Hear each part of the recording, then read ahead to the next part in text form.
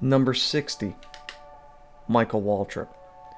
Starting in 1985, Michael Waltrip began a career that would last for over 30 years in the top level of stock car racing. He got his first full-time ride in 1986 at the age of 23, and ran full-time every year afterwards. He never attained a win until the infamous 2001 Daytona 500. He had gone over 462, and after breaking through, put up some of the best seasons of his career from 2001 onwards. In total, with his 4 wins, 41 top 5s, 133 top 10s, 4 poles, 1,415 laps led, his final score is 3,122.5. Number 59. Donnie Allison. Possibly the greatest substitute driver of all time, Donnie Allison, while never running a full-time season, put up admirable results every time he ran. Allison always seemed to find himself in big situations, with being at the forefront of one of the biggest moments in NASCAR history. He ran and won for many famous teams and organizations, and in total, with his 10 wins, 78 top 5s, 115 top 10s, 18 poles, and 4,639 laps led, his final score is 3,186.9. Number 58. Alan Kulwicki. Perhaps one of, if not the greatest driver mechanic in NASCAR history, Alan Kulwicki is truly one of the last great self-made men in NASCAR. Kulwicki's greatest accomplishment would come with what would be his incredible Ford Underbird run for the 1992 championship. Since his death in 1993, Kulwicki has had a scholarship made after him and has been inducted in the NASCAR Hall of Fame.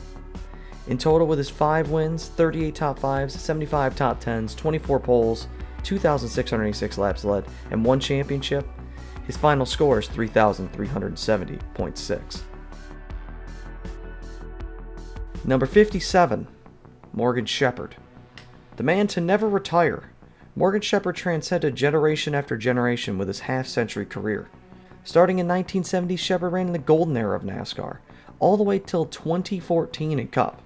He ran in Xfinity till 2020, where in that series he achieved his most success. However, his wins at Atlanta certify his legacy in the Cup Series, and in total, with his 4 wins, 63 top 5s, 168 top 10s, 7 poles, and 2,155 laps led, his current score is 3,725.5.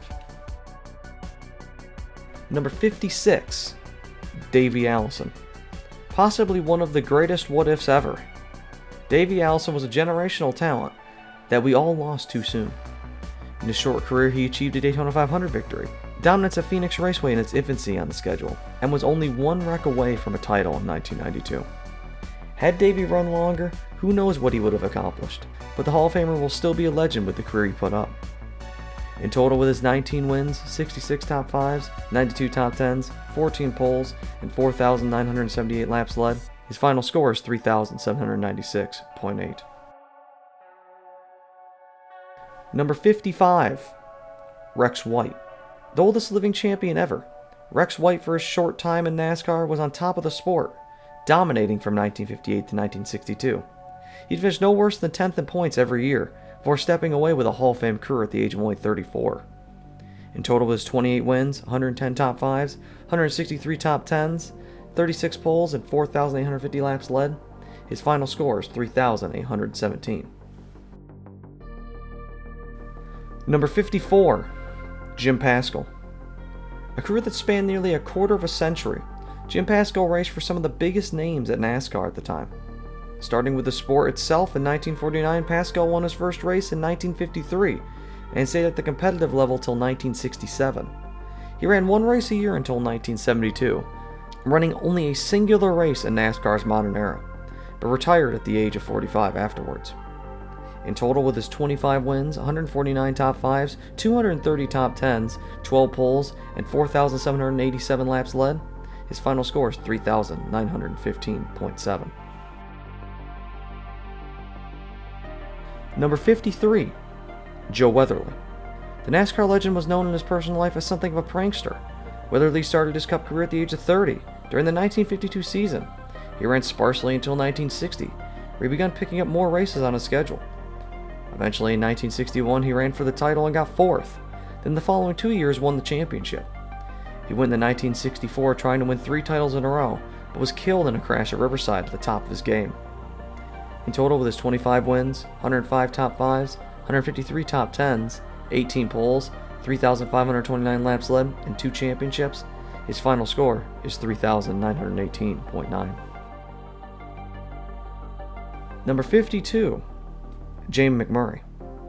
A driver who started out in one of the best ways possible, James McMurray won his second ever start filling in for an injured Sterling Marlin.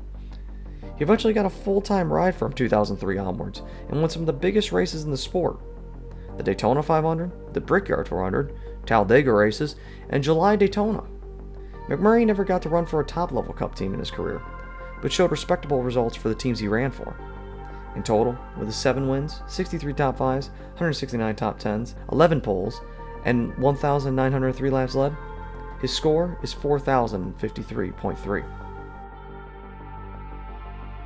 Number 51, James Hilton. Possibly the greatest independent driver ever, James Hilton put up staggering numbers driving for his own team.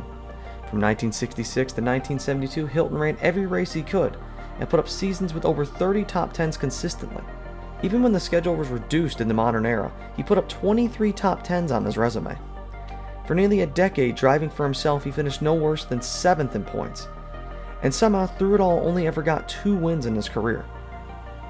In total, with his 2 wins, 140 top 5s, 301 top 10s, 4 poles, and 1,021 laps led, his final score is 4,144.1.